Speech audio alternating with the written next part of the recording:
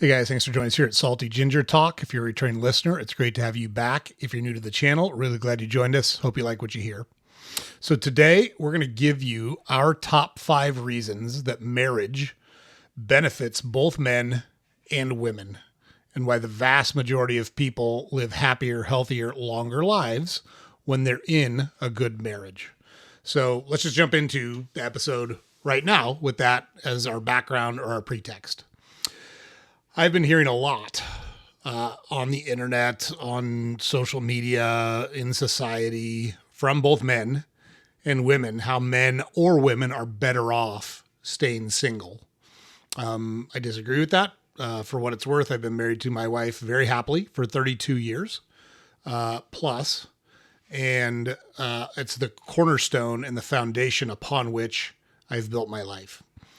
I'm not saying everyone needs to get married. Maybe there are people that live a different life and that they're good with that. And I'm totally fine with that. But the vast majority of people, when you think about statistics and when there's always a bell curve in the distribution of data, and the big part of the bell curve is where most of the information or subjects of the data are, and that's society. Most of the people are in the big part of the bell curve. They would be happier in a good, happy, meaningful marriage to another person. Some people say it's just a piece of paper. Some people say it's too risky. Some people say it holds you back. I respectfully disagree with all of those things. I think if you are not at a point in your life where you can think about something other than yourself first, then marriage might be tough for you. But if you are with the right person and you are in a relationship that matters to you, that person will become as important to you as you are to yourself. So we've got data, we've got statistics. We're going to talk about all those things as we kind of work our way through this episode. But, the way to think about it, at least the way I think about it and the way that it's worked for me, marriage isn't restrictive. It's not a trap. It's actually a multiplier. It multiplies your health. It multiplies your happiness. It multiplies your wealth. It absolutely multiplies your purpose and meaning in life. And yes, you grow tremendously as a human being, being a part of an awesome and productive and happy relationship. So we're going to give you tips on how to build a strong marriage. And look, you can listen to me, you cannot listen to me. I've been married for 32 years to an awesome lady. She's very happy. I'm very happy. We raised 3 kids together. Things have not always gone well for us. We've dealt with a lot of really hard shit that would have broken up a lot of other couples. We've never, ever been close to a divorce. We've never, ever been close to separating. We've never, ever talked about it. Like it's never even occurred to either of us that we'd be better off by ourselves than we would with each other. And that's a place you want to be in life. And that's a place we're going to try to help you get to. And we're going to give you some tips. We're going to give you some information on what it looks like. So, choosing commitment is probably the best thing you can do. You're going to have the happiest life and the best, healthiest, most productive life in that scenario. So let's start there. Number 1, married people are healthier and live longer. A Harvard study of adult development. This is the longest sociological study that's ever been done. They have found that close relationships, and what this study did was they literally took thousands of people and they've been checking in on them and monitoring their life and their happiness and their situations for over 70 years. Like this is a long-term study. People in close relationships, especially marriage, are the strongest predictor of long-term health. More than income, more than intelligence, more than genetics. Married men live an average of 8 to 10 years longer than single men. Married women live an average of 3 to 5 years longer than single women. That's not luck, it's lifestyle. When you've got someone who cares about you, who calls you out when you're slipping, who cooks real food with you and reminds you to schedule that doctor's appointment, or takes care of you, or you take care of them, it changes the game. Marriage keeps you accountable to living well. You have another person you're responsible for and that you don't want to disappoint. And it makes you think about things differently. So that's one tip we'll give you here is when you're with someone, work on shared health habits together. Go for walks together. Cook your meals together when you can. Like, I get it. I've had a lot of travel for work, et cetera, et cetera. We all have situations where this isn't always possible, but you can make it possible when you're together. You can make it a focus. Cook real food together. Don't go out. Don't go get fast food. Stay home, prepare real food. The act of doing that together is huge. Sleep together. Drink together. Talk together. Take care of yourself, your mental and physical health. Because healthy couples build healthy lives. And unhealthy couples make excuses. Plain and simple. You might not like to hear it. It's the truth. I hear people a lot say, well, my marriage doesn't work because of X, Y, and Z. And then they proceed to say how one or the other is committed to a group of friends, or to golf trips, or to their job, or to blah, blah, blah. Those are choices. They're choices that you make. You can either keep your relationship at the center and the most important thing of your life, or you can choose not to. That's up to you. But the reason those things happen is because you are choosing them. So choose to focus on healthy habits and building a healthy life with your spouse. It's not going to happen by accident, but you can make it happen on purpose. Okay?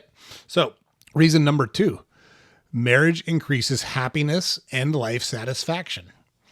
The National Bureau of Economic Research found that married individuals report higher life satisfaction and lower depression rates across the board. And here's what's key. That's only true when the relationship is emotionally healthy. When you feel respected, when you feel heard and supported, it lifts every single thing in your life. And that takes 2 people. It takes a committed man and it takes a committed woman. If you're committed to each other and you care about each other and you treat each other with respect and you listen to each other and you support each other, you're going to have a better life, period. End of story. Like, it's that straightforward. Why is that? It's because people are wired for connection. People are social animals. Having a committed partner gives your nervous system stability. You've got one person that you know you can always count on. They're always going to be right there with you. They're always going to be supporting you. They're always going to be cheerleading for you. They're always going to want good things for you. You have someone that's there with you for the good and the bad, and we'll figure it out together. Like, it's not always rainbows and unicorns. Our oldest son had a really significant health scare where he was on life support for a couple of days about 3 years ago. We were both intimately involved in that whole situation and helped it come to a good outcome. But that was a rough week, a really rough week when you're not sure if one of your kids is going to make it or not. Like, that really tests you as a couple. And there was never any dissension or arguments between the 2 of us. It was focus on our son, and we were in it together. We both took care of really important but different things because we have a rock solid relationship, and we knew what our roles were. So how do you make sure you get there? My tip for that is just to talk on a regular basis. And it's not accusatory. It's not judgmental. It's simply asking questions and listening to the answers. So you can say, how do you feel about things? And then listen. Don't judge. Don't try to defend yourself. Don't make excuses. Just listen. Don't say what's wrong. Don't say, why are you feeling that way? Don't say, why are you so grumpy? Don't say, why are you in a bad mood? Not the way to go if you want to be successful. How you feeling about things? How are things between us? What can I do to make things better? Those kind of questions will get you anywhere you want to be. The accusatory questions or the putting people on the spot questions turn it into a kind of a combat situation, and that's not where you want to be. If you don't know what the challenges are, you can't work on them and fix them. And if you don't create an environment where it's safe and easy to talk about the things that the other person's looking for, you're not going to know. They're going to keep them from you. And that's not a place you want to be. It's not the recipe for a long-term relationship. And you need to develop the emotional intelligence to have rational conversations about topics that could get emotional, but you refuse to let them get emotional. You are going to be the voice of reason. You are going to be calm. You are going to guide the conversation back to a productive place, even if it starts to take a turn down an emotional road. And the way to do that is simply to listen and not react. You can do that. But again, if you don't know what the problems are, you can't work on them. You got to create an environment where it's okay to talk about things that the other person is thinking about or upset about or worried about. Okay. Reason number 3, married people build more wealth and stability. This one might surprise you. I don't know. It seems pretty straightforward to me. But according to the Federal Reserve, the median net worth of married couples is 3 times higher than single adults. 3 times. Remember the multiplier effect we were talking about? Works for money too. You've got 2 people working towards common goals. You've got 2 people working to create a life that's happy and fun and worth living. So why does it work this way with a married couple? Why do married couples have that multiplier effect? So there's 2 main reasons that we can think of. One of them is accountability, and one of them is long-term thinking. When you're building a life together with another person, you plan differently, you think differently, you invest, you save, you think ahead. You stop chasing the shiny object or living kind of a hedonistic lifestyle.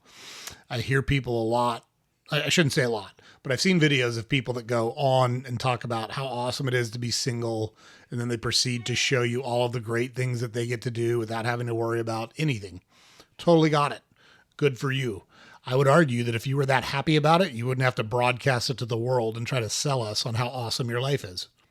You don't hear me on here, proclaiming my love for my wife and what a great woman she is and how much I love her. And that's between me and her.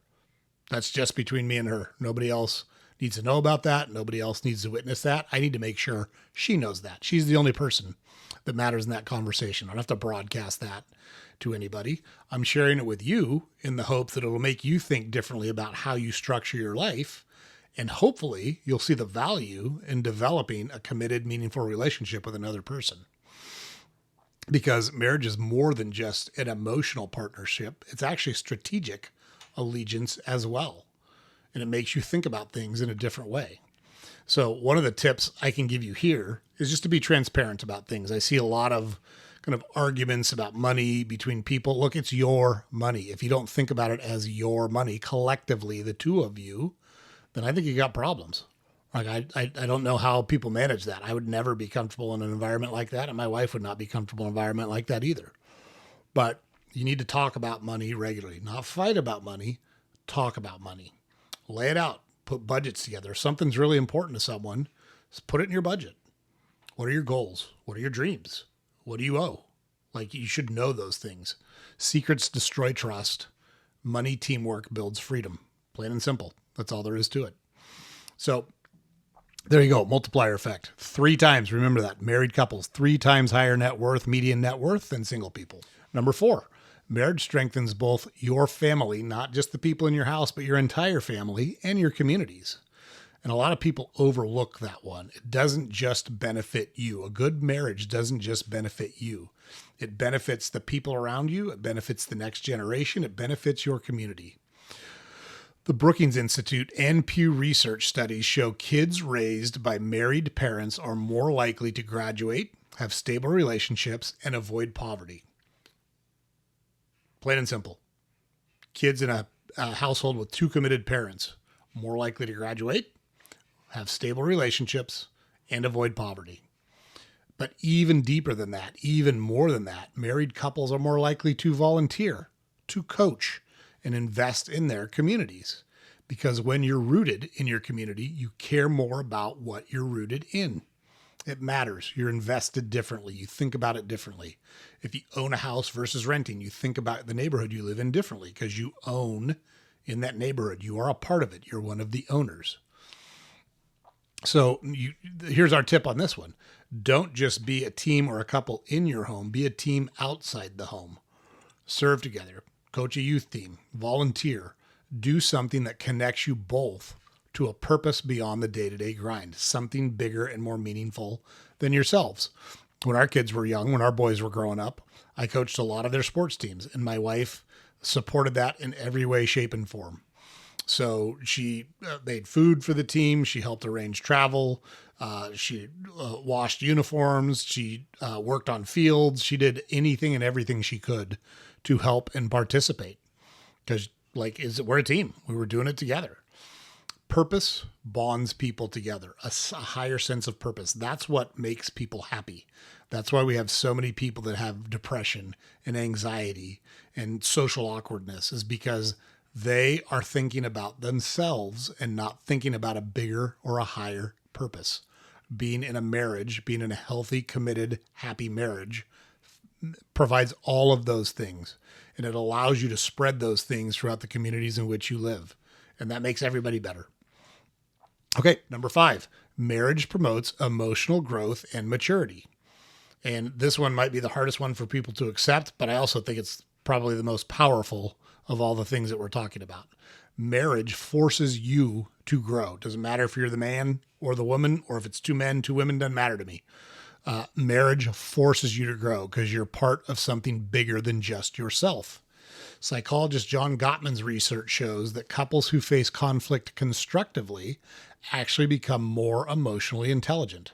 It's like we talk about all the time. You get better at something by doing it. You fix problems by action. And the more you fix problems, the more you have difficult conversations, the more you work through emotional issues, the better you get at doing it. You can't fake it when someone sees your worst. And when you're married to someone, they're going to see you at your worst. That's how it works. You're going to see them at their worst. That kind of a relationship holds up a mirror to everybody. And if you're honest, you'll use it to become better. It's good for you to be accountable. It's good for the person you care about most to hold you accountable in a meaningful, productive, and constructive way. Marriage is not about finding the perfect person. It's about becoming a better person and finding the person that works best for you. So our tip here is really about emotional control. So when things get tense, when you can feel things kind of escalating, the best thing you can do is be silent for about 10 seconds.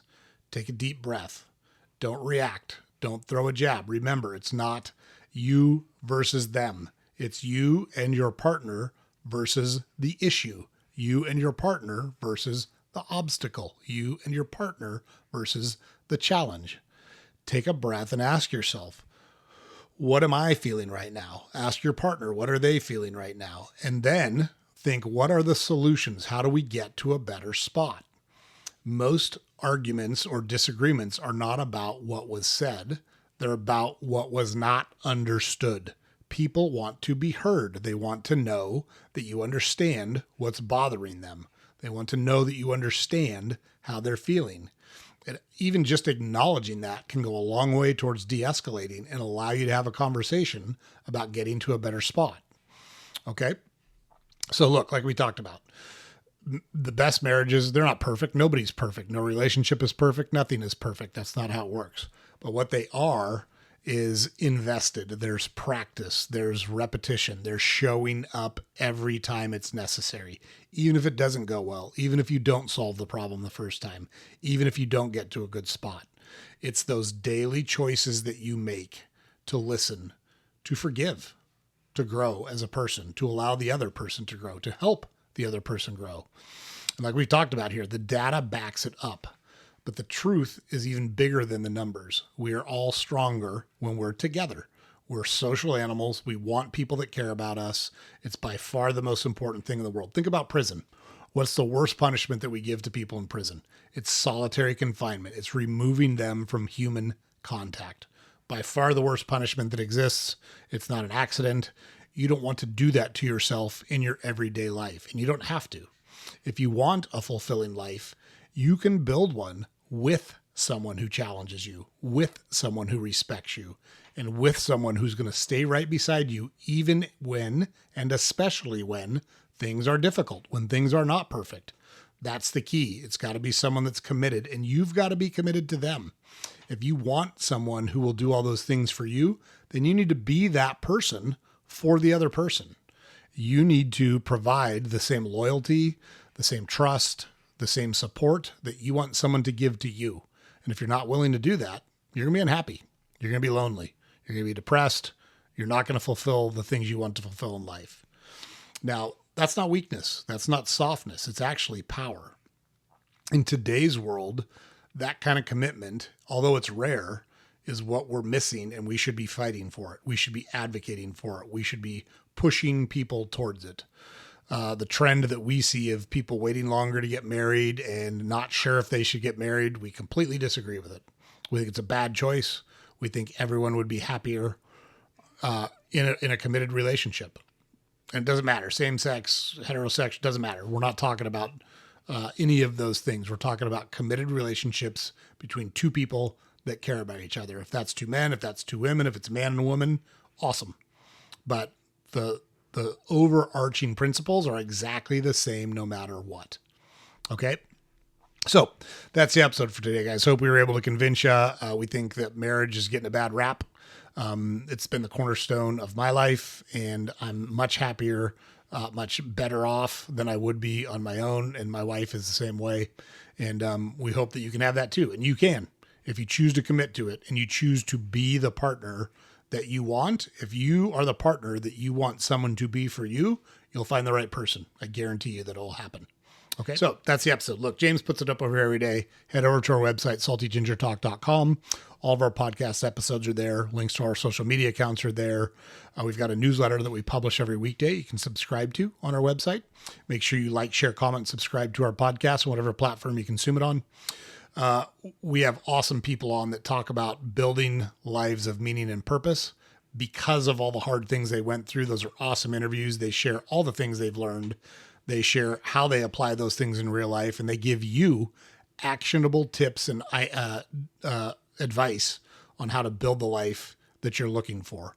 And then we do episodes like this where we give you facts and we give you our argument for why we think things would be good if you follow these things and why you can build a life of meaning and purpose following these things. From there, it's up to you. You have to take action. You can listen to podcasts, you can take courses, you can read books, you can do all that stuff, but nothing changes until you start to change. You have to take action. You have to take control. You have to take responsibility. So don't forget that. Do that by making sure you catch our next episode on Salty Ginger Talk. We'll see you there.